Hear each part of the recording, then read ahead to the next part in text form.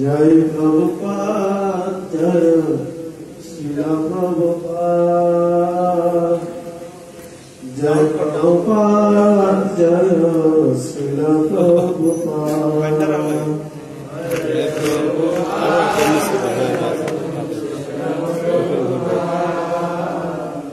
जय प्रभुपाद जय श्रील प्रभुपाद जय प्रभुपाद जय पढ़बे ना तो आবার श्रील प्रभुपाद जय प्रभुपाद जय श्रील प्रभुपाद जय प्रभुपाद जय श्रील प्रभुपाद जय प्रभुपाद जय श्रील प्रभुपाद जगद्गुरु जय श्रील प्रभुपाद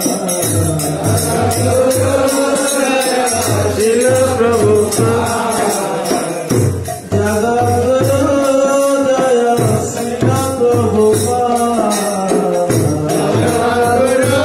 श्रील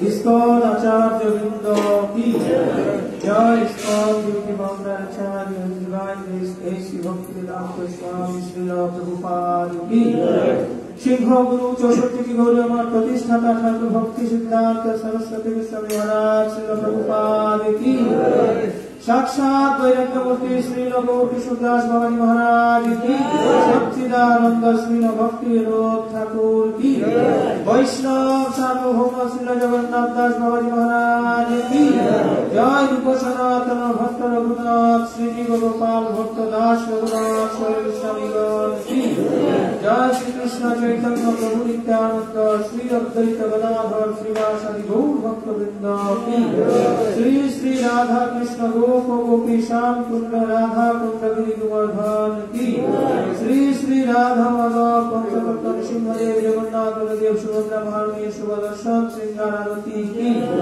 जय श्री प्रभुपाद गुरु पूजा की गंगा जमुना माई की भक्ति जोगी तुलसी महारानी की चारि धाम चारि संप्रदाय चारि आचार्य वृंद की विश्वव्यापी हरिनाम संकीर्तन की ग्रंथराज श्रीमद् भागवतम की प्रतिष्ठाता ठाकुर किशोरदास भवानी महाराज की श्री हट्टधाम की समवेत भक्त वृंद की निताई गौर सीताराम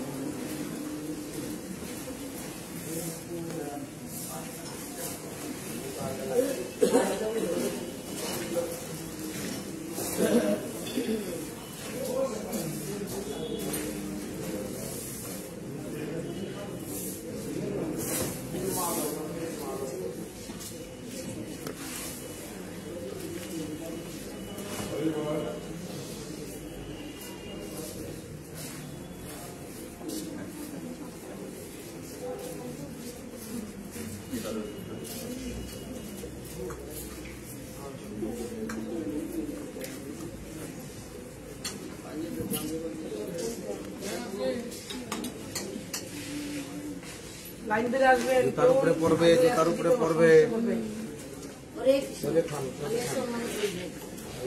পড়ে গেছে বলতে আমার জুতার মধ্যে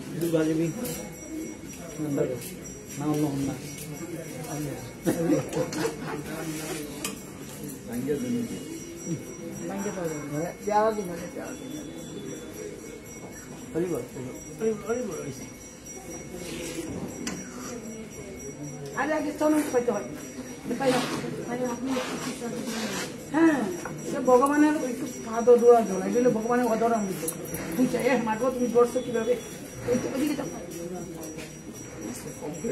কম করে না কেউই পারে না ছোট মানুষ তো বুঝে না এটা তো দিতে দেওয়া লাগে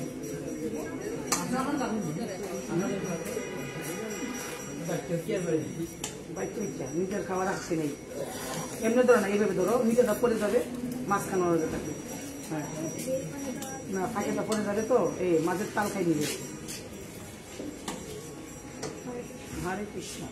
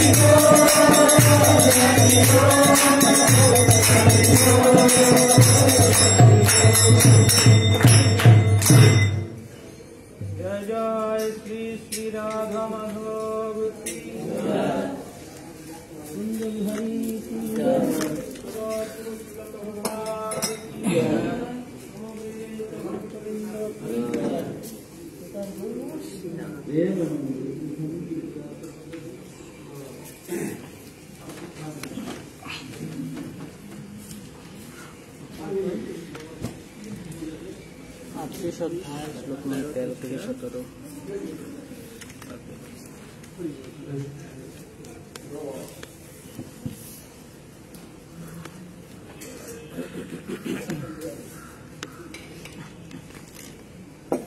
मुखम करोति वाचालं पंगुं लंघयते गिरिं यत्कृपातमहं वन्दे श्रीगुरुं दीनकारिणं परमानन्दमाधवं श्रीचैतन्यं नमो विष्णुपदाय कृष्णप्रेष्ठाय भूतले श्रीमते जयप्रदाता स्वामिने नमो आचार्य निताय कृपाप्रदायिने गौरप्रसादाय नगरगामकारिणे नमो विष्णुपादाय कृष्णप्रेष्ठाय भूतले श्रीमते भक्तिवेदान्त स्वामिने नमस्ते सरस्वती गौरवाणी प्रचारिणे निर्विशेष शून्यवादी पाश्चात्यदेशधारिणे वाञ्छाकल्पतरुभ्यश्च सिन्धुभ्येव च पतितानां पावनेभ्यो वैष्णवेभ्यो नमो हे कृष्ण करुणा सिन्धु दीनबन्धो जगत्पते गोपेश गोपिकाकान्त राधाकान्त नमस्ते तप्तकाञ्चन गौराङ्गी राधे वृन्दा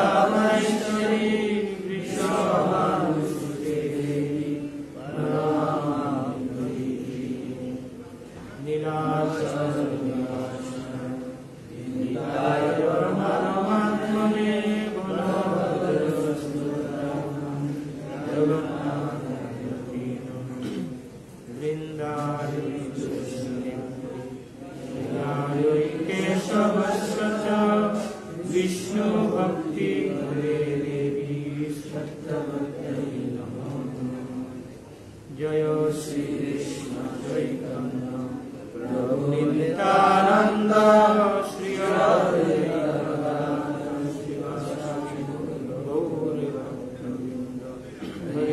कृष्ण कृष्ण कृष्ण हरे हरे हरे राम राम राम जगद्गुरु श्रील प्रभुपाद की जय समवेत भक्तवृंद की जय।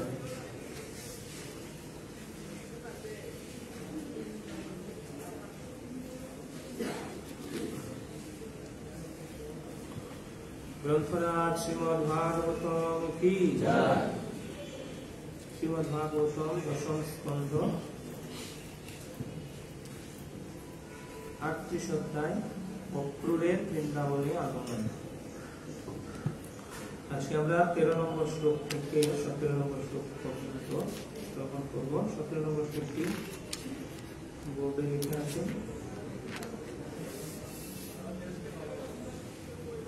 ओम नमो भगवते वासुदेवाय। ओम नमो भगवते वासुदेवाय। ओम नमो भगवते वासुदेवाय। ओम नमो भगवते वासुदेवाय। भगवते वासुदेवाय। ओम नमो भगवते वासुदेवाय। 13, 14, 15, 16 सचावतीर्ण किरसात्वतान्वये ससेतुपालामवर्य शर्मकृत यशोवितन्नं ब्रजवास्तरीश्वर गायन्ति देवा यदशेषमङ्गलम्। অনুবাদ। নিজ সৃষ্ট ধর্ম মর্যাদার পালনকারী সেই একই পরমেশ্বর ভগবান উন্নত দেবগণের আনন্দ বিধানের জন্য সাত্বত বংশে অবতীর্ণ হয়েছেন। বৃন্দাবনে বাস করে তিনি তার যশ বিস্তার করছেন। সর্বমঙ্গলপ্রদ সেই যশ দেবতারা গান করে থাকেন।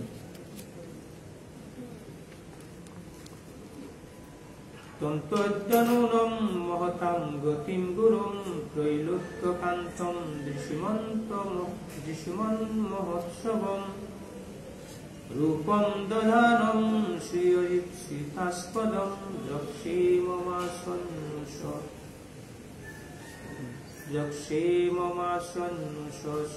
সুদর্শনা। মহাত্মাগণের গতীয় গুরু, ভুবন মধ্যে অদ্বিতীয় কমনীয়, চক্ষুষ্মান মনের মহা আনন্দদায়ক, প্রকৃত পক্ষে লক্ষ্মী দেবীর অভিলষিত আশ্রয়স্থল, তার সেই নিজ রূপ আজ আমি নিশ্চয়ই দর্শন করব। এখন আমার জীবনের সকল প্রভাতই হয়ে উঠছে মঙ্গলময়। অথাবরুণ সপদিশয়রথাৎ প্রধান পুংসস্তরণং সলব্ধয়ে ধিয়া ধৃতং যোগীর ধীরপহধ্রুবং নমস্বাধ্যাং সখীম বনৌকস। জয় জয় শ্রী শ্রী রাধা মাধব কি, জগন্নাথ বলদেব সুভদ্রা মহারানী কি।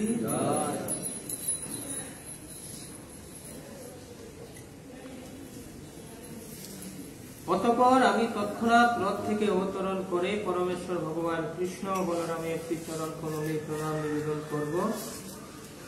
আত্ম উপলব্ধি লাভের কঠোর চেষ্টায় মহাযোগীগণ তাদের সেই চরণই চিত্তে ধারণ করে থাকেন।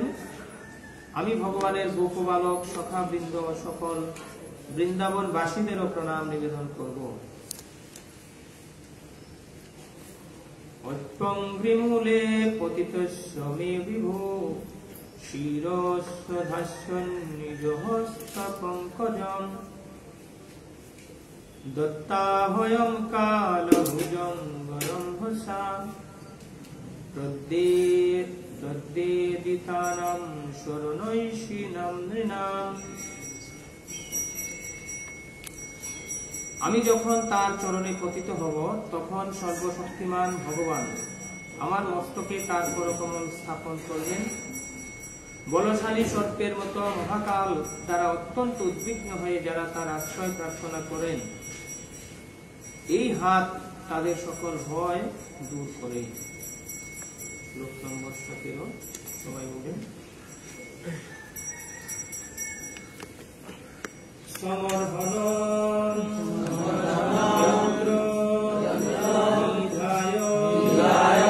কৌশিক তথা বলি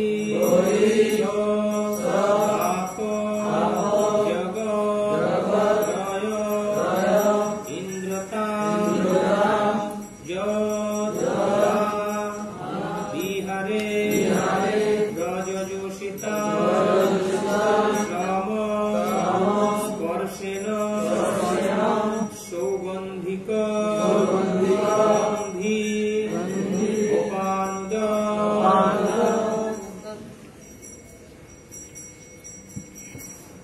সমর্হণং যত্র নিধায় কৌশিক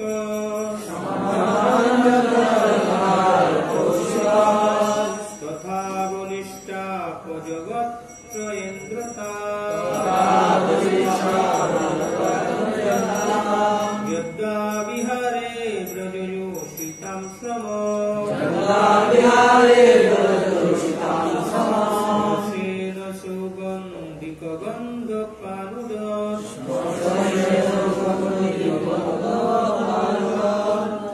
সমর্হণং যত্র নিধায় কৌশিক তথা বলিষ্টাপজগত্র ইন্দ্রতাং যদ্যা বিহারে ব্রজযোষিতাং শ্রম স্পর্শেন সৌগন্ধিক গন্ধপানুদ সমর্হণং যত্র নিধায় কৌশিক বলিষ্টাপজগত্র ইন্দ্রতাং যদ্যা বিহারে ব্রজযোষিতাং শ্রম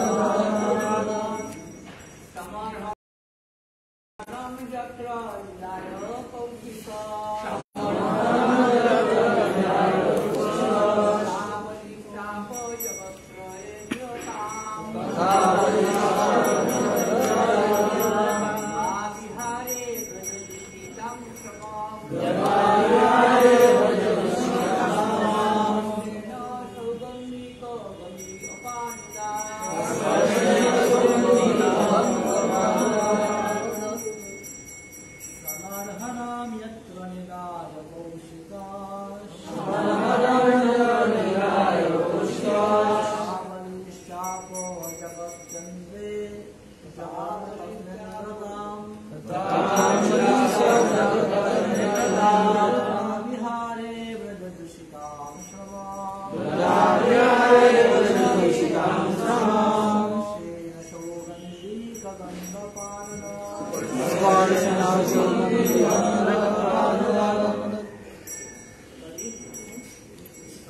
সমর্হণং যত্র নিধায় কৌশিক বলিষ্টাপজগত্রয় ইন্দ্রতাং যদা বিহারে ব্রজযোষিতাং শ্রমম স্পর্শেন সুগন্ধিক গন্ধপানুদৎ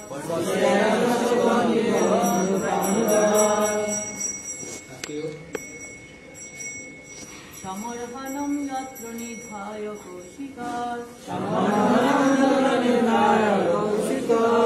ভাবলিশ্চাপ জগত্রয়েন্দ্রতাম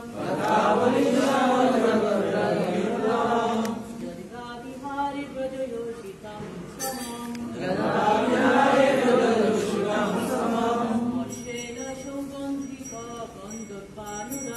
স্পর্শেন সৌগন্ধিক গন্ধর্বানুরা শব্দার্থ সমর্হণ শ্রদ্ধার যত্র যে হাতে নিধায় সমর্পণ করে কৌশিক পুরন্দর তথা বলি মহারাজ চ ও আপ লাভ করেছিলেন জগৎ জগতে ত্রয় তিন ইন্দ্রতাম আধিপত্য ইন্দ্ররূপে স্বর্গের রাজা যৎ যে ভগবানের করপদ্ম বা এবং বিহারে লীলাকালীন সময়ে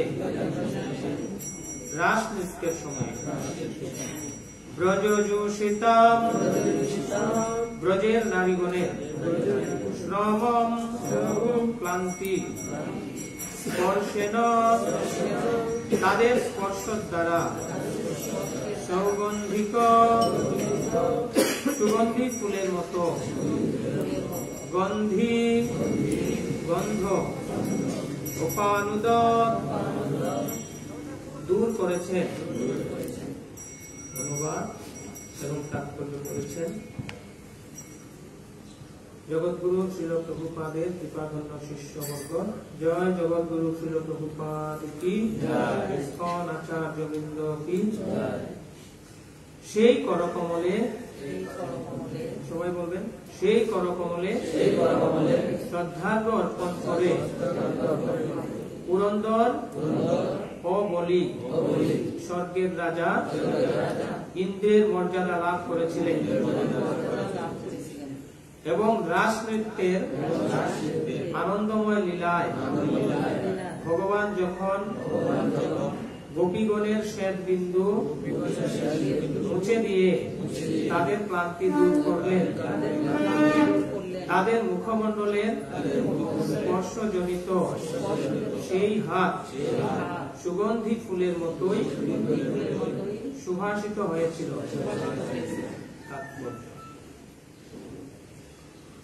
মানস সরোবরের হ্রদে যে পদ্ম পাওয়া যায় তাকে পুরাণে তাকে সৌগন্ধিক বলা হয়েছে।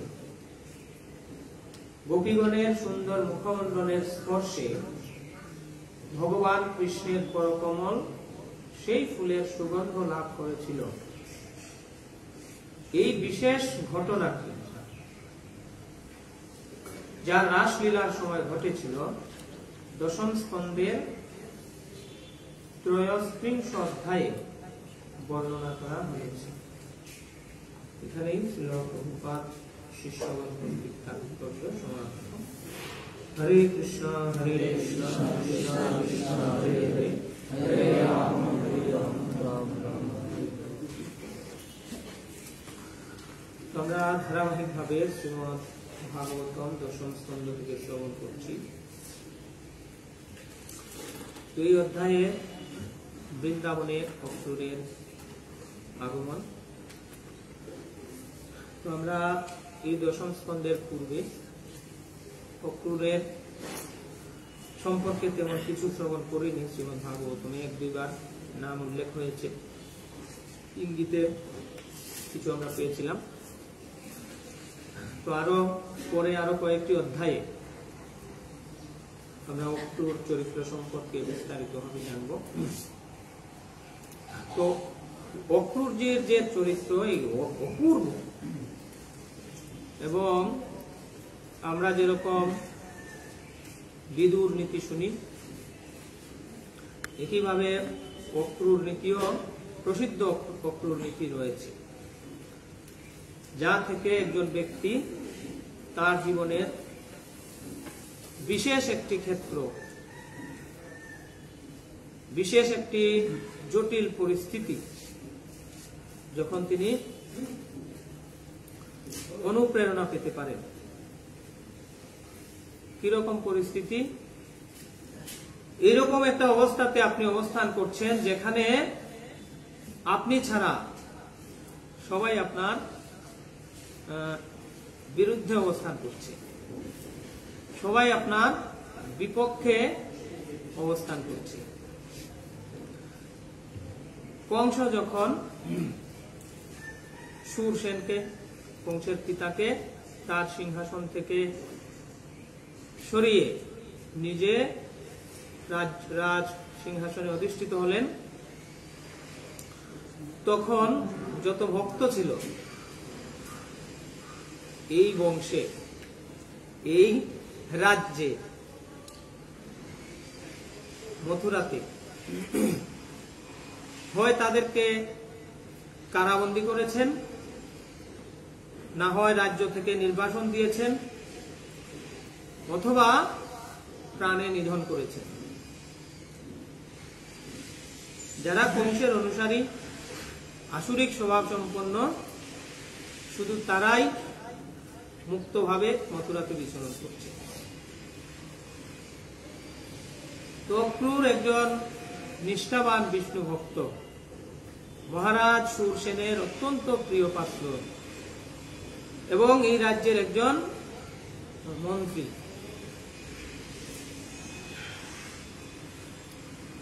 তারপরেও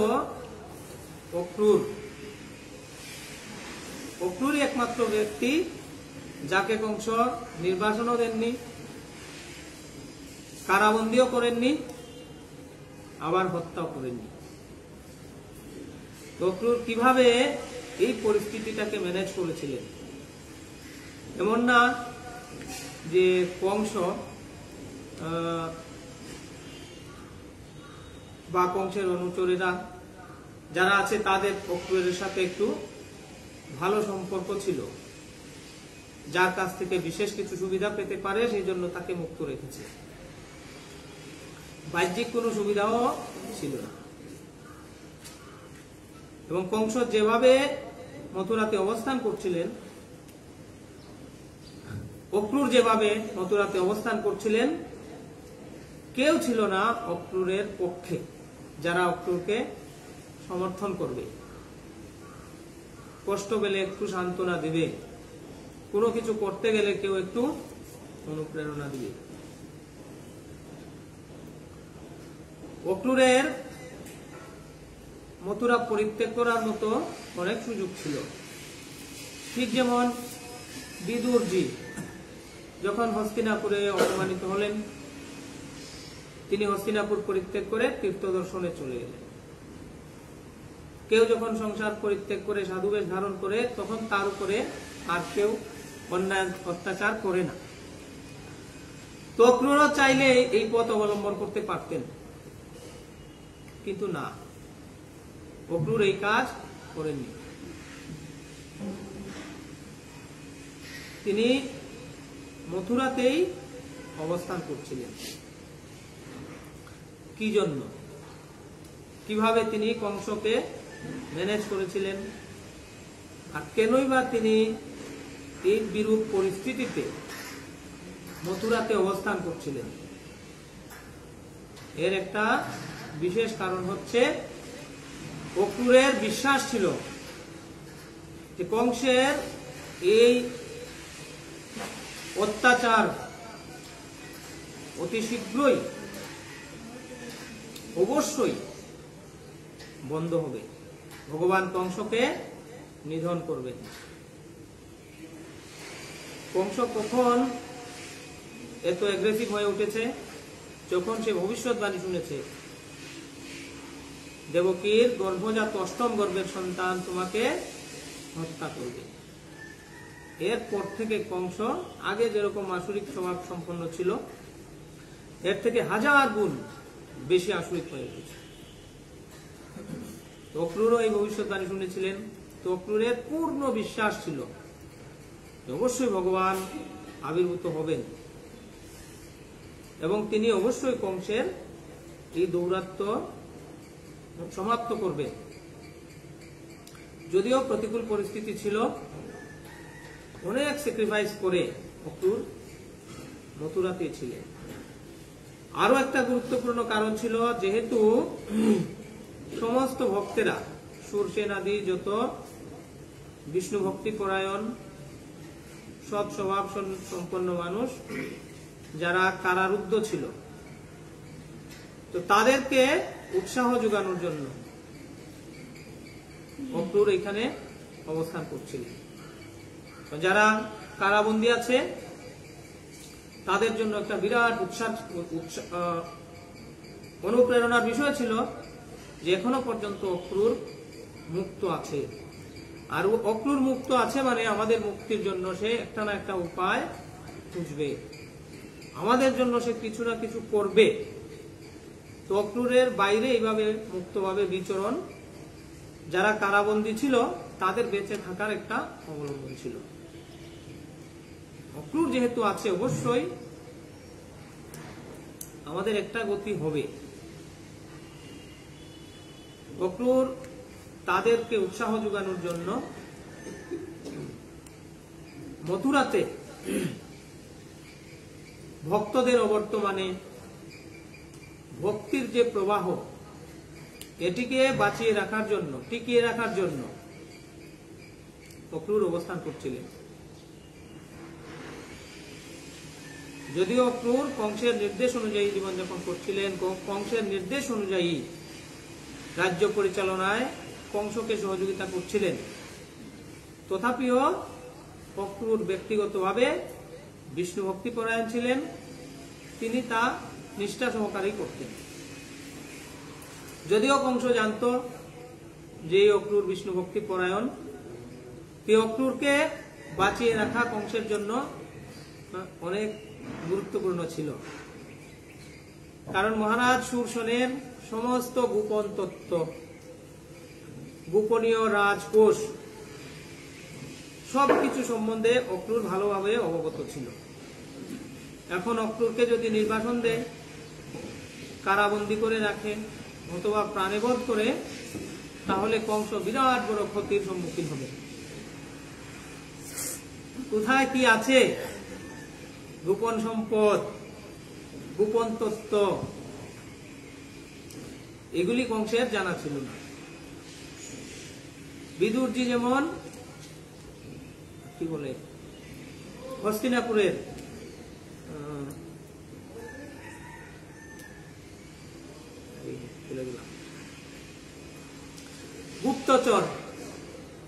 গুপ্তচরদের নিয়ন্ত্রণ করতেন, সিআইডি হেড ছিলেন।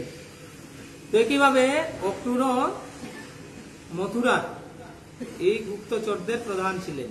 ওনার নেতৃত্বে গুপ্তচরেরা সারা পৃথিবী থেকে সমস্ত গোপন তথ্য নিয়ে মথুরাতে দিত তারা। যেহেতু ইনি অক্রুর এই গুপ্তচর বৃত্তিরও প্রধান ছিলেন, কংসের জন্য অক্রুর ছিলেন অত্যন্ত গুরুত্বপূর্ণ একজন ব্যক্তি। যদিও হৃদয় থেকে কংস অক্রুরকে একদম পছন্দ করতেন না। কিরকম এই দুইজনের অবস্থান ছিল কংস আর অক্রুরের? একটা পিঞ্জিরার মধ্যে সাপ আর ইঁদুর একসাথে দুইজন বন্দী হয়ে গেছে। সাপ আর ইঁদুর, সাপ সুযোগ পেলেই ইঁদুরকে ভক্ষণ করবে, কিন্তু দুইজন যেহেতু একই পিঞ্জিরাতে বন্দী, কেউ কাউকে, ইঁদুরও পিঞ্জিরার যে এগুলি আছে, কাঠি আছে, এটা এগুলি কাটছে না, আর সাপও ইঁদুরকে খাচ্ছে না। কেন? সাপ যদি ইঁদুরকে খেয়ে ফেলে তাহলে সে আজীবনের জন্য এখানে বন্দী হয়ে যাবে, এখান থেকে বের হওয়ার আর তার কোনো সুযোগই থাকবে না। আর ইঁদুর যদি এই কাঠিগুলি কাটে তো একদিকে কাঠি কাটবে আর আরেকদিকে তার প্রাণ যাবে, এই জন্য সে কাঠিও কাটছে না। দুইজনই যদিও কেউ কাউকে পছন্দ করে না, কিন্তু একই কক্ষের ভিতরে দুইজন শান্তিপূর্ণভাবে অবস্থান করছে, পরস্পরই সুযোগ খুঁজছে যে কে কখন এখান থেকে মুক্ত হবে। কংসেরও ইচ্ছা নাই বিদুরকে বাঁচিয়ে রাখে, অক্রুরকে বাঁচিয়ে রাখেন, আবার অক্রুরেরও ইচ্ছা নাই কংসের মতো দুরাচারীর সাথে অবস্থান করে। কিন্তু দুইজনই এইরকম পরিস্থিতিতে আছেন, কেউ কাউকে ত্যাগ করতে পারছেন না।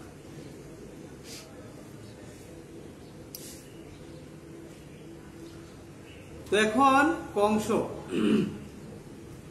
তার যত অসুর ছিল সবাইকে পাঠিয়েছে, আর একে একে কৃষ্ণের হাতে বধ হয়েছে। পুতনা থেকে শুরু করে সবাই বধ হয়েছে। এখন ভাবছে যে না, এইভাবে আর তাকে হত্যা করা সম্ভব না। অবশ্য এর আগে কংস স্বয়ং একবার এসেছিল, তখন তার অসুরেরা মারা যাচ্ছে, কংস নিজে যাচ্ছে যে না, এদের দিয়ে কাজ হবে না, আমার নিজেকে গিয়ে কৃষ্ণবধ করতে হবে, নিজের ঢুল নিজে পিটাতে হবে। তো এসেছে বৃন্দাবনে, যেই প্রবেশ করবে পূর্ণবাসী দেবী বাধা দিচ্ছে যে তুই ভিতরে প্রবেশ করতে পারবি না। বৃন্দাবনে প্রবেশ করতে গেলে গোপীদের অনুগত হয়ে গোপী ভাব নিয়ে প্রবেশ করতে হবে, গোপী দেহে প্রবেশ করতে হবে। কংস তো রাজা, প্রভু প্রচন্ড মিথ্যা অহংকার, সে জোর দেখাতে চাচ্ছে না, গায়ের বল প্রবেশ করতে চাইছে। পূর্ণমাসী দেবীর হাতে একটা কাঠি আছে, এটা দিয়ে একটা বাড়ি দিয়েছে মাথায়। গুরু মহারাজ যেরকম আমাদেরকে জগন্নাথের দাঁতন দিয়ে আশীর্বাদ করেন, পূর্ণমাসী দেবী একটু আশীর্বাদ করেছেন, মহিলা হয়ে গেছে, এটা বালিকা হয়ে গেছে কংস।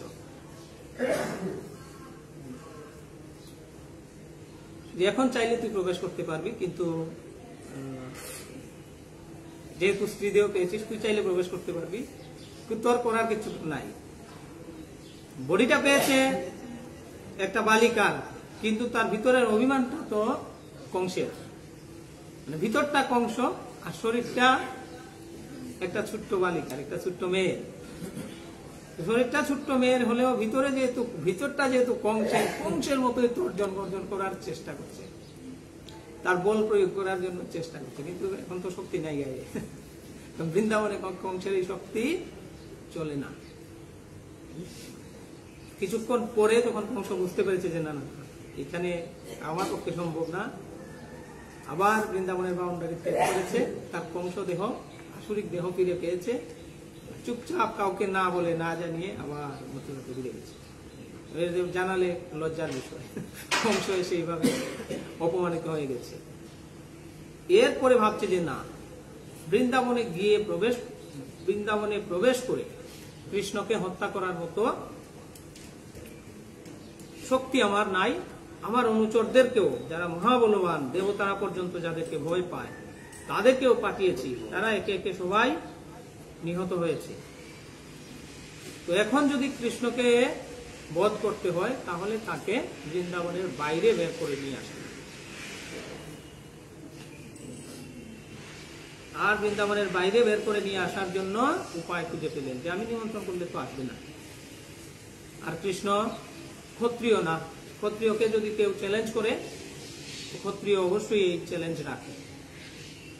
প্রতিদ্বন্দ্বিতায় যদি তাকে আহ্বান করে, ক্ষত্রিয় এটি পরিত্যাগ করতে পারে না। যদি ক্ষত্রিয় এই চ্যালেঞ্জ গ্রহণ না করে, তাহলে তার ক্ষত্রিয় হিসেবে যে তার যে মর্যাদা, এটি নষ্ট হবে।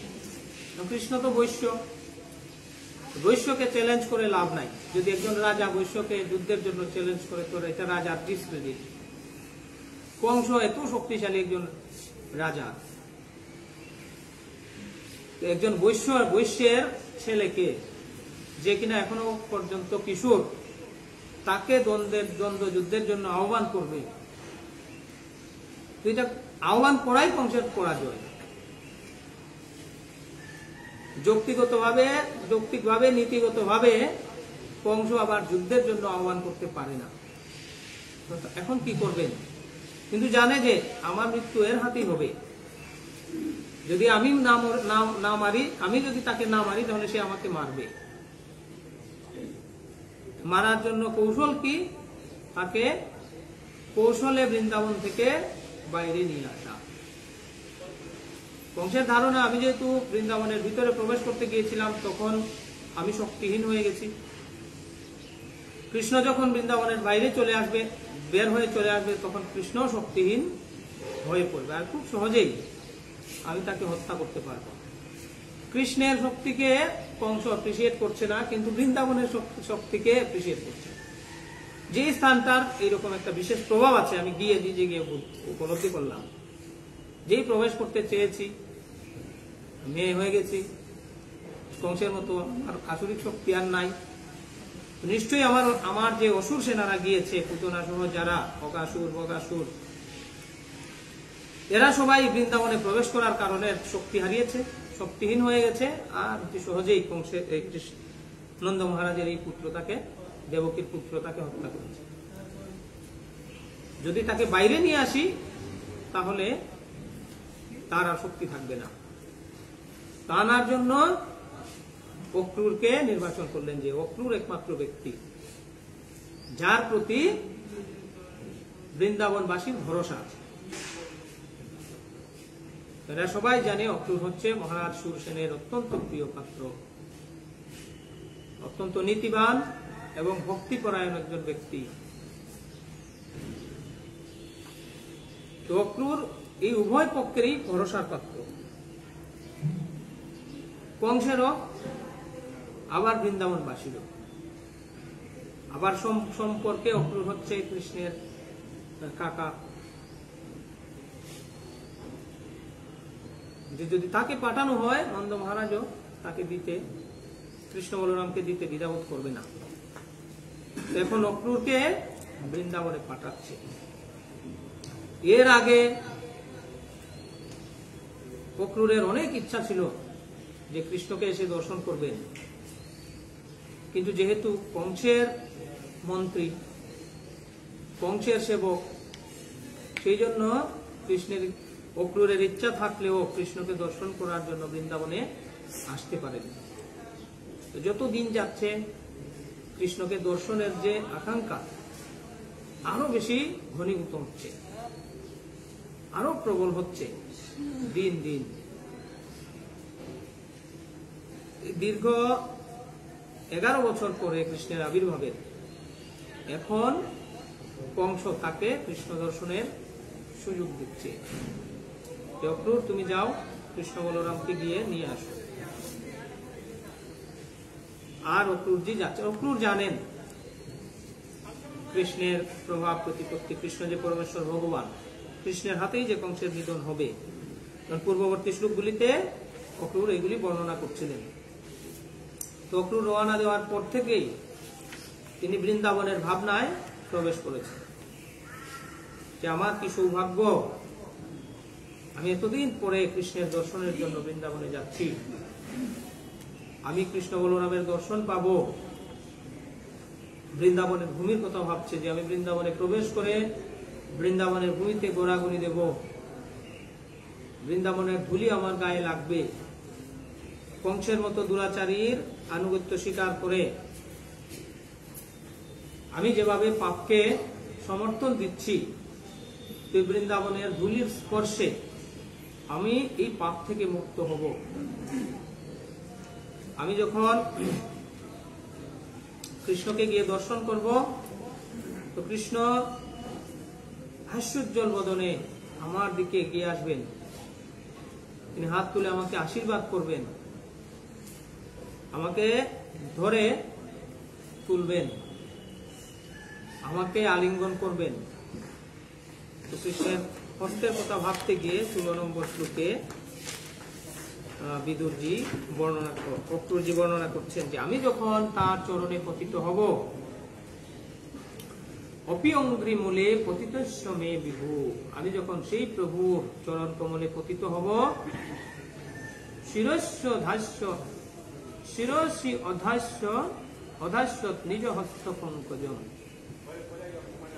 তখন তিনি তার করকমল আমার শিরে মস্তকে স্থাপন করবেন, যে হাত সমস্ত দেবতাদের শক্তির উৎস। যিনি এই করকমলের আশ্রয় গ্রহণ করেন, তিনি তাকে এই হস্ত দিয়ে অভয় দান করেন আর তার সমস্ত ভয় দূর করেন। 17 নম্বর শ্লোকে এসে আজকে এরপরে বর্ণনা করছেন যে সেই করকমলে শ্রদ্ধার্ঘ অর্পণ করে পুরন্দর বলি স্বর্গের রাজা ইন্দ্রের মর্যাদা লাভ করেছিলেন এবং রাস নৃত্যের সময় আনন্দময় লীলায় ভগবান যখন গোপীগণের শ্বেত বিন্দু মুছে দিয়ে তাদের ক্লান্তি দূর করলেন, তাদের মুখমণ্ডলের স্পর্শজনিত সেই হাত সুগন্ধি ফুলের মতোই সুবাসিত হয়েছিল। 16, 17 দুইটি শ্লোকে কৃষ্ণের করকমলের মহিমা কীর্তন করেছেন। আমরা শ্রীমদ্ ভাগবতে একদম প্রথম স্কন্ধ থেকে শুরু করে প্রত্যেকটা স্কন্ধে কৃষ্ণের চরণ কমলের বন্দনা, কৃষ্ণের চরণ কমলের মহিমা, কৃষ্ণের চরণে আশ্রয় গ্রহণ, কৃষ্ণের চরণ পূজা সম্পর্কে বারবার শ্রবণ করেছি। এই একটা জায়গা,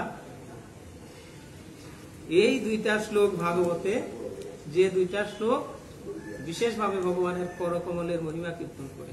আর অন্যান্য জায়গাতে একটু আছে সামান্য সামান্য, কিন্তু এখানে শুধুমাত্র কৃষ্ণের করকমলেরই মহিমা। যেমন রুদ্রগীতে, তারপরে আরো কয়েকটা জায়গাতে আমরা দেখি কৃষ্ণের ভগবানের হস্তের, বিশেষ করে ভগবানের হস্তধৃত যে দিব্য অস্ত্র, শঙ্খ, চক্র, গদা, পদ্ম, তীর, ধনুক, ঢাল, তলোয়ার, এগুলোর কথাও বর্ণনা করে নবম স্কন্ধে ভগবান অচ্যুত অষ্টভুজ রুদ্রগীতেও। তো এখানে করকমলের তেমন কোনো মহিমা কীর্তন নাই, শুধু কি কি ধারণ করেন বর্ণনা করেছেন। আর এই দুইটা শ্লোকে, এই 38 নম্বর অধ্যায়ে অক্রূরের বৃন্দাবনে আগমন, দশম স্কন্ধের এই অধ্যায়ের এই দুইটা শ্লোকে ভগবানের করকমলের মহিমা কীর্তন করা হয়েছে। বিদুরজি ভাবছেন, আমি যখন কৃষ্ণের চরণে গিয়ে পতিত হব, তো কৃষ্ণ দুই হাত দিয়ে আমাকে তুলে আমার মস্তকে তার করকমল স্থাপন করবেন। আর এই করকমলের মহিমা কি? দত্তা ভয়ং কাল ভুজঙ্গরম হসা প্রদ্যেজিতানাম শরণৈ শিনাম নাম। যারা তার শরণে আসে, যে সমস্ত ব্যক্তি তার শরণে আসে, তিনি তার এই করকমল দিয়ে তাদেরকে অভয় প্রদান করেন। আমরা শুনেছি অভয় চরণ, অমৃত অশোক অভয় অমৃত আধার, তোমারও চরণোদ্বয় তাহাতে এখনো আশ্রয় লভিয়া ছাড়িনু ভবের ভয়। ভক্তি বিনোদ ঠাকুর গাইছেন।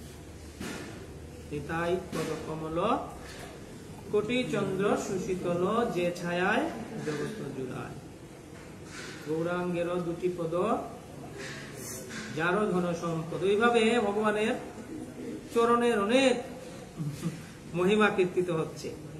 আর বিশেষ করে ভগবানের এই চরণ কমলকে অভয় আশ্রয়, অভয় চরণ রূপে বর্ণনা করা হয়। এই শ্লোকে ভগবানের করকমলকেও এইভাবে অভয়ম কাল ভুজঙ্গরম হসা, ভগবানের এই চরণ কমল অভয়ের আশ্রয়। তিনি ভগবানের এই করকমলের আশ্রয় গ্রহণ করে ভগবান যার মস্তকে এই করকমল স্থাপন করেন, তিনি মহাভয় থেকে রক্ষা পান। 17 নম্বর শ্লোকে দুইটা উদাহরণ দিয়েছে।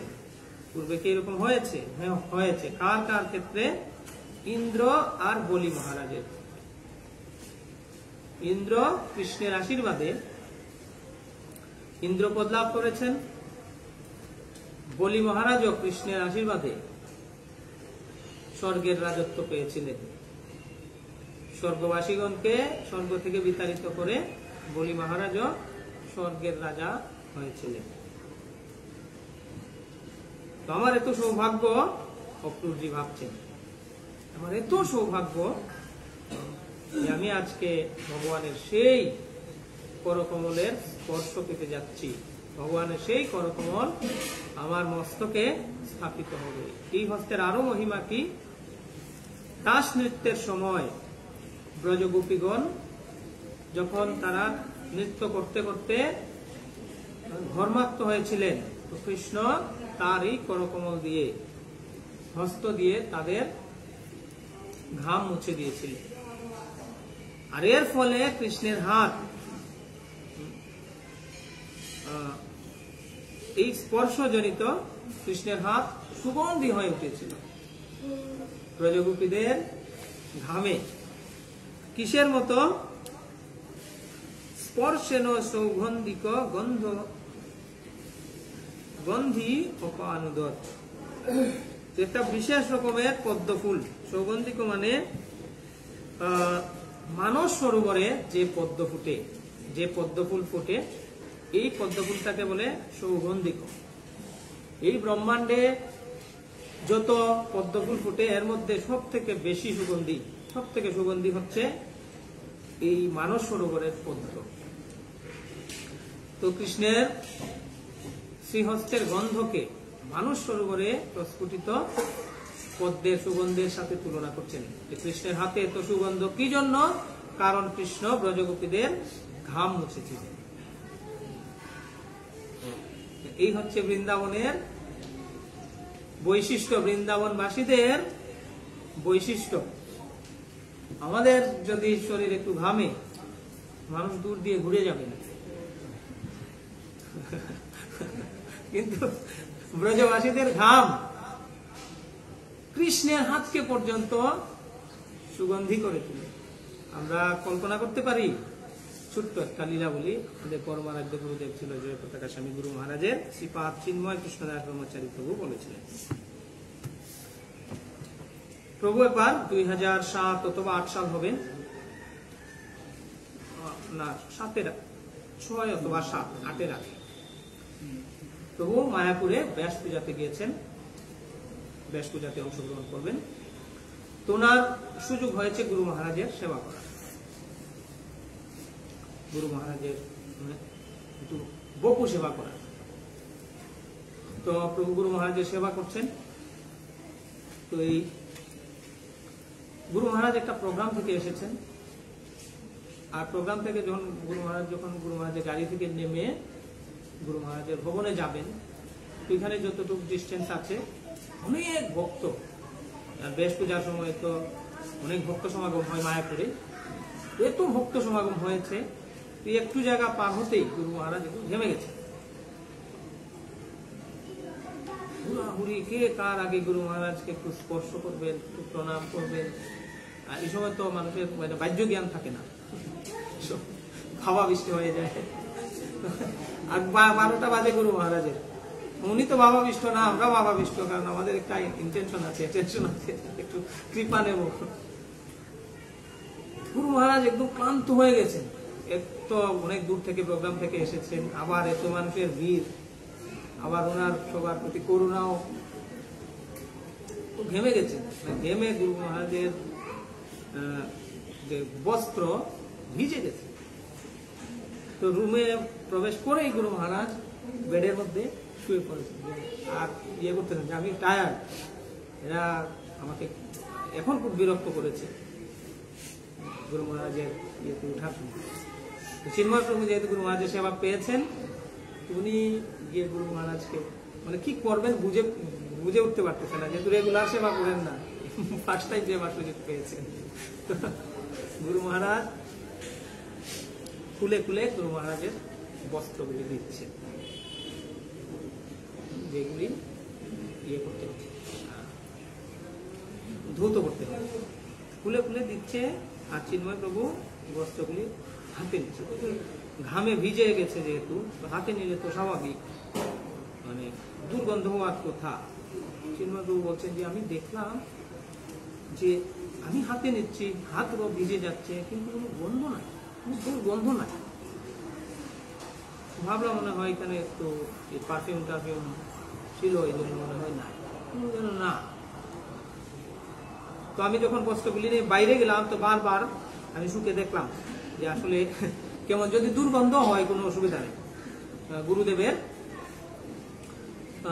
গুরুদেবের উচ্ছিষ্ট, গুরুদেবের মুখের লালা, গুরুদেবের মলমূত্র পর্যন্ত পরম পবিত্র শিষ্যের, যা শিষ্য যদি এর যে কোনো একটা সেবা করার সুযোগ পায়, স্পর্শ পায়, তাহলে তার সমস্ত অনর্থ নিবৃত্ত হয়, সে চিন্ময়ত্ব প্রাপ্ত হয়।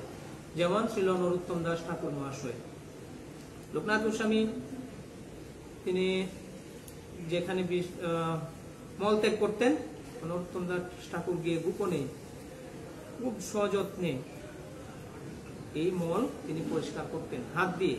এমন না যে এখানে কিছু অন্য কিছু ব্যবহার করবেন, কুদাল ব্যবহার করবেন, বেলচা ব্যবহার করবেন, না, ডাইরেক্ট সরাসরি হাত দিয়ে পরিষ্কার করতেন। কোন শিষ্যের যদি মহা সৌভাগ্য হয় তাহলে এই সুযোগ পায়। প্রভু চিন্ময় প্রভু অত্যন্ত জ্ঞানী, শুদ্ধ ভক্ত ছিল, প্রভুপাদের অত্যন্ত প্রিয় একজন সেবক। প্রভু বারবার শুকে দেখছেন যে না, কোনো দুর্গন্ধ নাই, একদমই দুর্গন্ধ নাই। প্রভু জিজ্ঞেস করতেন গুরু মহারাজ পারফিউম ইউজ করে কিনা। না না না, গুরু মহারাজের একটু অ্যালার্জিক প্রবলেম আছে, এই জন্য উনি পারফিউম কখনো ইউজ করেন না। তো যারা সত্যিকার অর্থেই শুদ্ধ ভক্ত, মুক্ত পুরুষ, ভগবত পার্ষদ, তাদের উচ্ছিষ্ট, তাদের মলমূত্র, তাদের ধর্ম আদিতে কোন রকম দুর্গন্ধ থাকে না। কিন্তু বৃন্দাবনবাসীদের ধর্মের কি মহিমা কীর্তন করলেন যে কৃষ্ণের হাত পর্যন্ত মানস সরোবরে প্রস্ফুটিত পদ্মফুলের গন্ধের মতো সুবাসিত হয়েছে। কেন? গোপীদের ধর্ম কৃষ্ণ এই হস্ত দিয়ে মুছেছিলেন। আর আমি অক্রূর, মহাপাপী অক্রূর, আজকে কৃষ্ণের সেই হস্তস্পর্শ পেতে যাচ্ছি। তো এইভাবে ভেবে অক্রূর এই ভাবনায় আবিষ্ট হয়ে তিনি বৃন্দাবনের দিকে অগ্রসর হচ্ছেন। পরবর্তী আরো অনেকগুলি শ্লোকে অক্রূরের ভাবনা, আমরা আন্তর্জাতিক কৃষ্ণ ভাবনা অমৃত সম্ভব, অক্রূরের কৃষ্ণ ভাবনা এই পুরো অধ্যায়ে প্রকাশ পেয়েছে। হরে কৃষ্ণ কৃষ্ণ কৃষ্ণ হরে হরে, হরে রাম রাম রাম হরে হরে। গ্রন্থরাজ শ্রীমদ্ ভাগবতম কি, জগৎগুরু শ্রীল প্রভুপাদ কি, সমবেত ভক্তবৃন্দ কি, সীতানাথ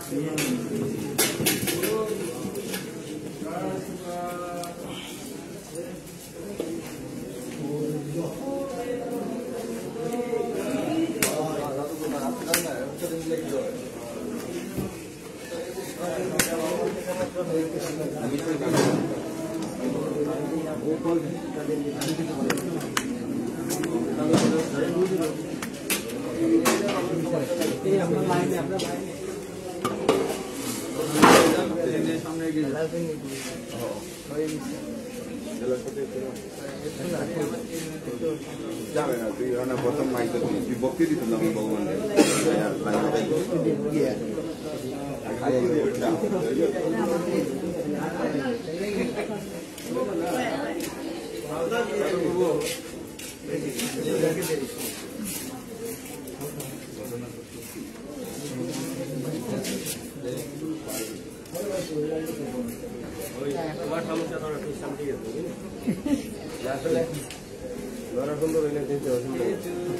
লাইভ চলেনি, ওরে বাবা, লাইভ চলতেছে। আর একটু উপরে তুলো, মাথাটা পুরো এখন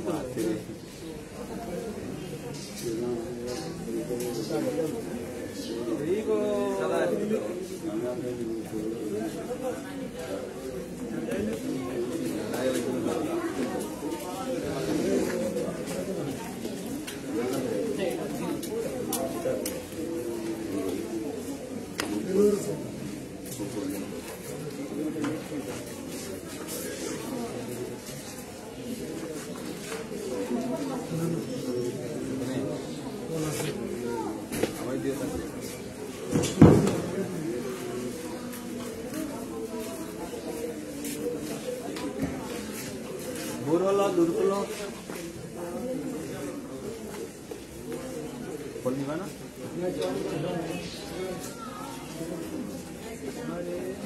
Atau dulu.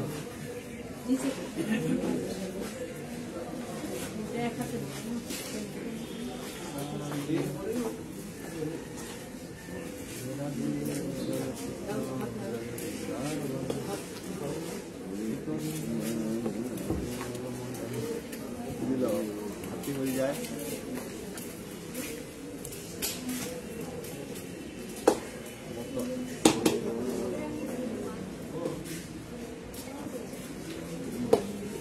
nasi Madura sih.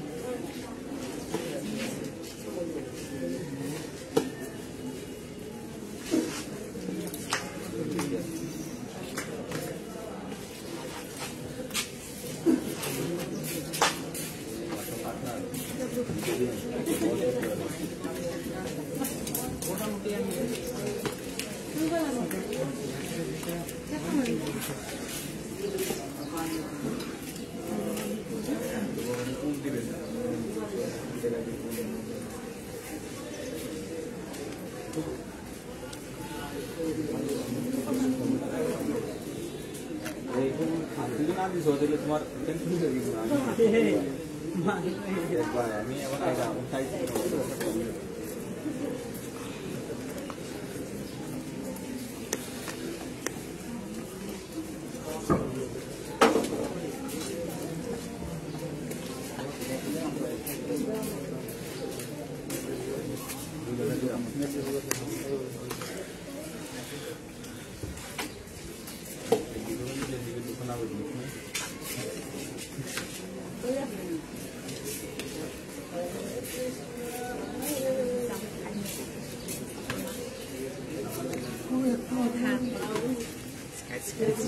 I see.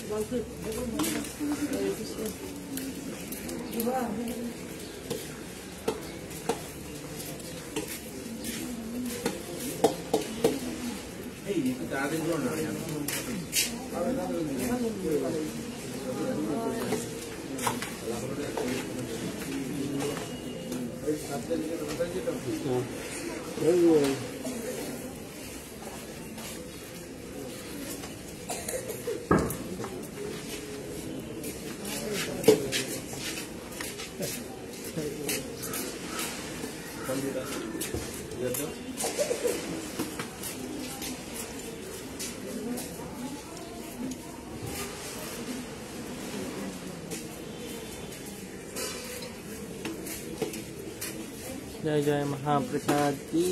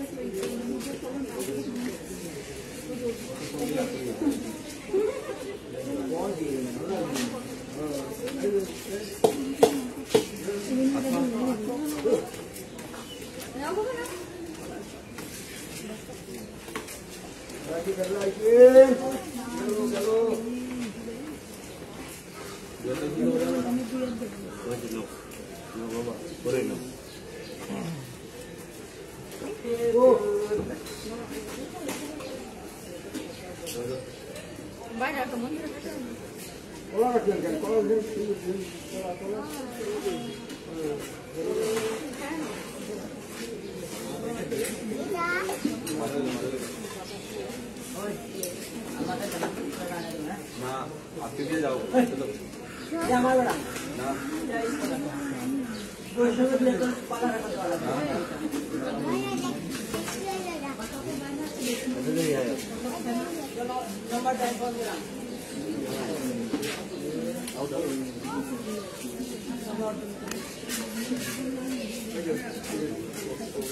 Hare Krishna. Thanks for watching. Stay with Krishna consciousness.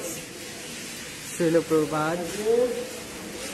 Jagat Guru Srila Prabhupada ki jai. Srila Prabhupada ki jai. Sri Radha Madhav Jagannath Baladev Subhadra Maharani Bhagwan ki jai. ISKCON Temple, ISKCON Sylhet, Bangladesh. Sri Sri Jagannath Baladev Subhadra Maharani. So beautiful. It is darshan.